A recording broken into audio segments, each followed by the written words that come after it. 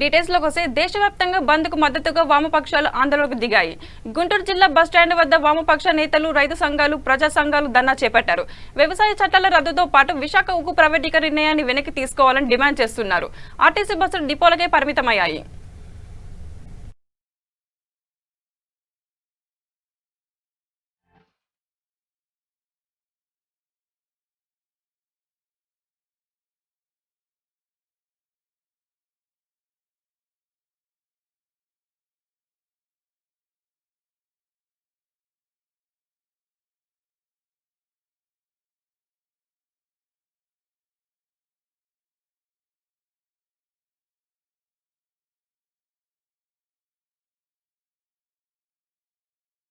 పార్టీలు ఈవేళ ప్రజల యొక్క మంచి కోరేటువంటి అనేక రాజకీయ పార్టీ నేతలారా, మనం ఇంకా పెద్ద మొత్తంలో ప్రజల్ని రోడ్ల మీదకి తీసుకొచ్చి రాబోయే రోజుల్లో పెద్ద ఎత్తున ప్రజా ఉద్యమం చేస్తే తప్ప, ఎందుకంటే ఇటు రాష్ట్ర ప్రభుత్వం కూడా ఏం తక్కువ తినలేదు.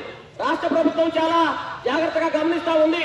కేంద్రంలో జరుగుతున్నటువంటి పరిణామాలన్నీ గోడ మీద పిల్లలాగా ఉండి ఏ మాత్రం కూడా వాటిని ఖండించకుండా, ఏం ఖండిస్తే ఏం ముప్పు వచ్చి పడుతుందో, కేంద్రంతో తగాదు పెట్టుకుంటే ఎలాంటి పరిస్థితులు మనకు వస్తాయో, కేంద్రం యొక్క ప్రజా వ్యతిరేక విధానాలని నేను వ్యతిరేకిస్తే నాకేం ముప్పు వస్తుందో అని చెప్పి ఈ రాష్ట్ర ముఖ్యమంత్రి, ఈ రాష్ట్ర అధికారంలో ఉన్నటువంటి పార్టీలు కూడా మరి ఎలాంటి ప్రజా అనుకూలమైనటువంటి నిర్ణయాలు తీసుకోకుండా వాళ్ళు కూడా మరి కేంద్రం దారిలో నడుస్తూ ఉన్నారు.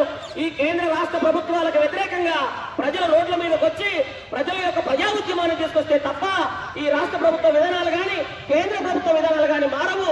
ఈ ప్రైవేట్ రంగ సంస్థల్ని కాపాడుకోవాలన్నా, ఈ ప్రైవేటీకరణని వ్యతిరేకించాలన్నా, ఈ రైతు చట్టాలని, అనుకూలమైనటువంటి చట్టాలను మనం తీసుకొచ్చుకోవాలన్నా ప్రజా ఉద్యమమే తప్ప వేరే మార్గం లేదని ఈ ప్రజా ఉద్యమంలో కలిసి వచ్చినటువంటి అనేక పార్టీలు, రాజకీయ పక్షాలు, ప్రజా సంఘాలు, ఉద్యమ సంఘాలు, ప్రజాస్వామికమైనటువంటి సంఘాలు అందరికీ కూడా డాక్టర్ బాబాసాహెబ్ అంబేద్కర్ పేరున మీ అందరికీ జైభీములు తెలియజేస్తూ, మీరు చేసినటువంటి ఈ యొక్క ప్రజాస్వామికమైనటువంటి పోరాటంలో బహుజన్ సమాజ్ పార్టీ నాయకత్వము, రాష్ట్ర నాయకత్వం, కేంద్ర నాయకత్వం, జిల్లా నాయకత్వం అందరం కూడా ముందుంచి మీ తరఫున, మీ పక్షాన మీతో నడుస్తామని చెప్పేసి జైభీములు తెలియజేస్తా ఉన్నాం.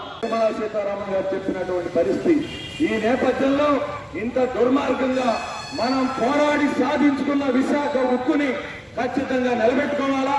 అది ప్రైవేట్ పరం చేయడానికి వీల్లేదు. అక్కడ ఉన్నటువంటి ఆ ఉక్కు పరిశ్రమలో పనిచేస్తున్న 40,000 మంది కార్మికులు ఇవాళ అక్కడ దీక్షలు,